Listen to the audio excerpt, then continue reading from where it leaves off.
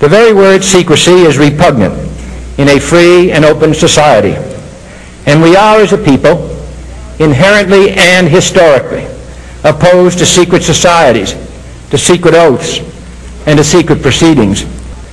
For we are opposed around the world by a monolithic and ruthless conspiracy that relies primarily on covert means for expanding its sphere of influence, on infiltration instead of invasion, on subversion instead of elections, on intimidation instead of free choice.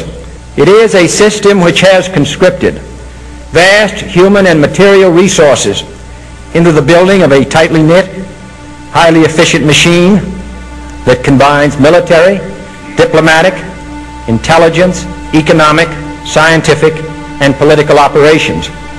Its preparations are concealed, not published. Its mistakes are buried, not headlined. Its dissenters are silenced, not praised. No expenditure is questioned, no secret is revealed. That is why the Athenian lawmaker Solon decreed it a crime for any citizen to shrink from controversy. I am asking your help in the tremendous task of informing and alerting the American people, confident that with your help, man will be what he was born to be, free and independent.